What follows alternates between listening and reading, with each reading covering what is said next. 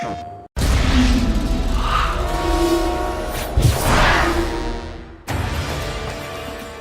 biggest challenge we got when we started was like animation. I mean, everybody's been raving about our animations on the first one. We've been pushing the boundaries even further, like on Uncharted 2 Among Thieves. And we're like, okay, that's great, but how are we gonna make that work online? I remember I got really excited when I got on my monitor like 2 drakes running around. I called everyone in the office, say, hey guys, come on over. And like everybody like saw right away the potential. We were like, okay, that's huge. We spent a lot of time working on our technology to just bring animations across the network so that you can see the other players at the same quality you would see just like NPCs or enemies in a game. Now we have all the fluid animations, all the climbing, all the jumping, you know, all the special moves are all in the game, which is really awesome. We really pushed the boundaries. We tried new things nobody tried before. Everything that we do in single player shows up in multiplayer. You can see player movement as detailed as possible, like you will see them if they were like next to you.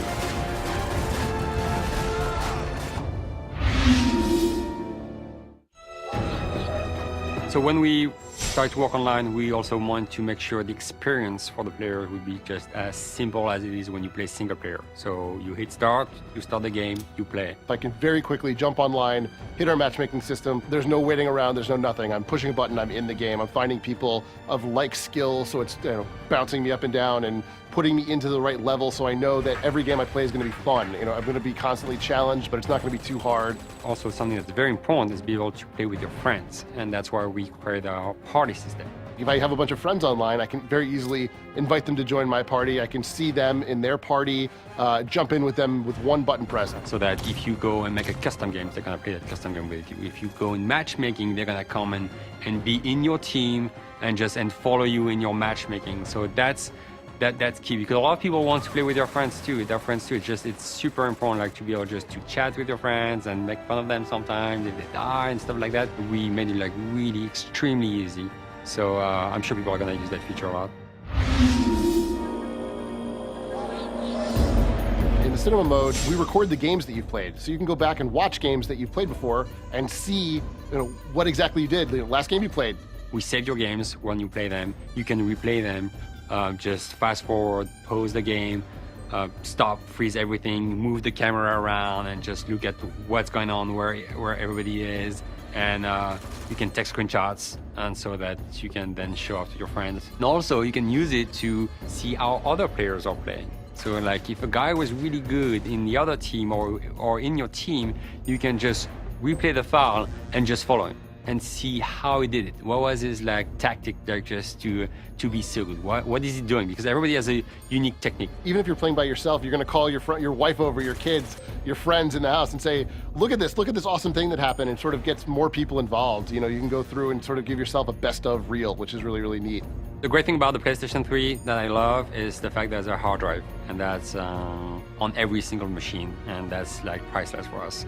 So cinema mode was very easy because we can save your cinema files to your hard drive very easily, and also we're having some technology using the cloud where we can like save the files, your cinema files, to the cloud, so that when you want to share it with your friends will be able just to get it from the cloud and download it to their own PS3, to their hard drive.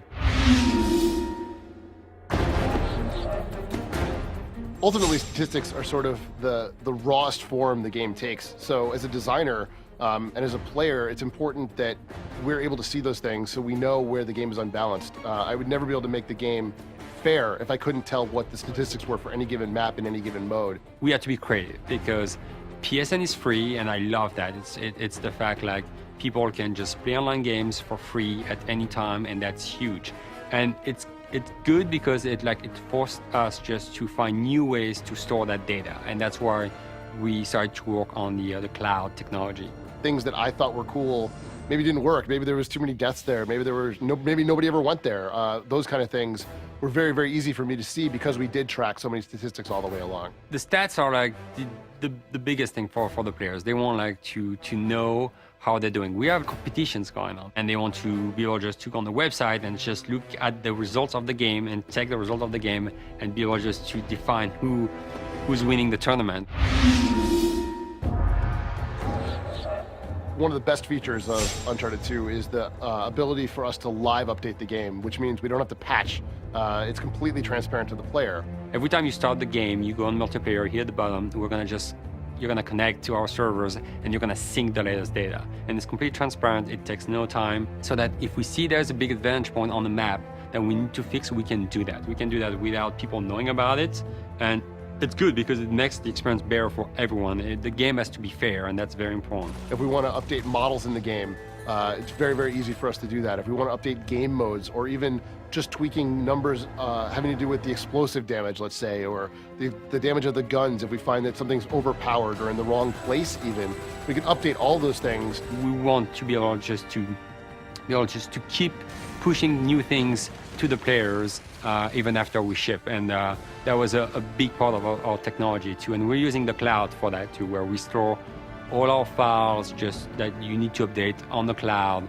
And again, it's all free and it's all good.